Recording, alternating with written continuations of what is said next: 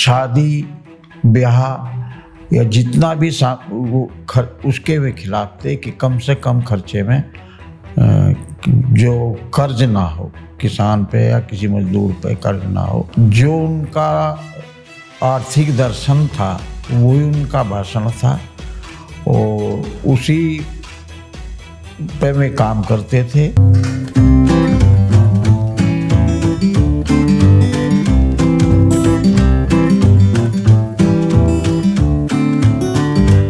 Sir, आपको क्या लगता है कि उनके, अगर आप संक्षेप में मुझे बताएं तो कौन से सिद्धांत थे जिन पे चौधरी चरण सिंह अडिग थे? एक तो वे जातिवादी राजनीति के बहुत खिलाफ थे। उनकी कथनी और करनी में कोई अंतर नहीं था। देश के 80% जो जनता थी देहात की, उनके उत्थान के लिए क्या करना है, क्या उन्हें जरूरत है, क्या उनकी विशेषताएं हैं राजनीतिक, सामाजिक और आर्थिक, उनके अंदर पॉजिटिव विचार भरने, उन्हें ये बताना कि आप लोग सक्षम हैं, सब कुछ कर सकते हैं। तीसरा, शादी ब्याह या जितना भी उसके वे खिलाफ थे कि कम से कम खर्चे में जो कर्ज ना हो, किसान पे या किसी मजदूर पे कर्ज ना हो। तीसरा उनका ये था कि वे हमेशा जो उनका आर्थिक दर्शन था वही उनका भाषण था और उसी पे वे काम करते थे और जनता जहाँ कहीं भी था तो उनका ये था कि जो अच्छे लोग थे उनको आगे बढ़ाना समाज में, और लोग उनसे इतना प्रेम करते, कम से कम वे दिन में 250-300 लोगों से मिलते थे, ज़्यादातर नाम जानते थे और उस टाइम पे उनके सा नेता आज भी और पहले भी हिंदुस्तान में कोई किसान मजदूरों का इतना बड़ा हितैषी पैदा नहीं। और भारत किसानों का ही देश है। हाँ, वो इसी उन्होंने इस पे किताब भी लिखी, भारत एक खोज, जिसमें उन्होंने हिंदुस्तान में गरीबी का कारण और इसका उन्मूलन, जमींदारा खात्मा, और इन्हीं पे उन्होंने अध्ययन किया, इन्हीं पे उन्होंने रचनाएं लिखी और वे जो भी कुछ करते थे उसको लिखते थे। तो आज की जनरेशन चाहे तो उनकी जो किताबें हैं उनसे बहुत कुछ सीख सकती है, अपने जीवन में अपना सकती है और अपनाने की बहुत ज़रूरत भी है।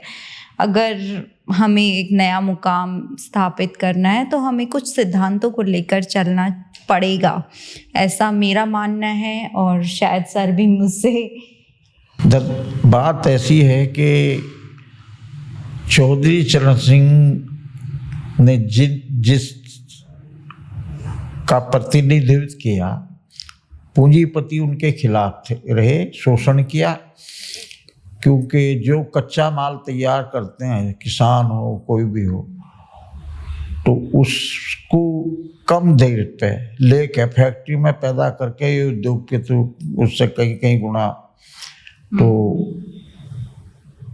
मिनिमम प्राइस वे चाहते थे कि कम से कम किसान को इतना मिले कि वो घाटे में ना जाए। अब किसान उस टाइम पे जब चौधरी चरण सिंह थे तो खेती जो थी वो बैलों से आधारित थी, सिंचाई के साधन कम थे और साल में 2 ही फसल, केमिकल का उपयोग नहीं था, उत्पादन कम था लेकिन लागत कम थी।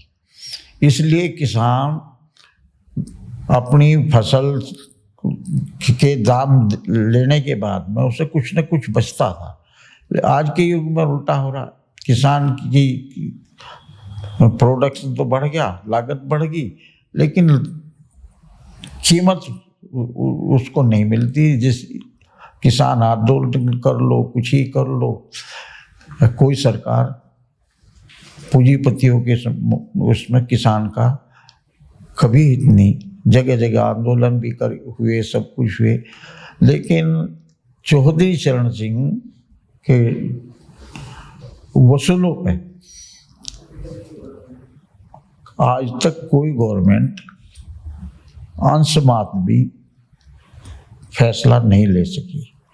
यही कारण है कि आज किसान जगह जगह धरने, प्रदर्शन, अलग अलग ये प्रदेश की यूनियन और संगठन कितने ही कार्य कर रहे, लेकिन कोई कामयाब नहीं हो।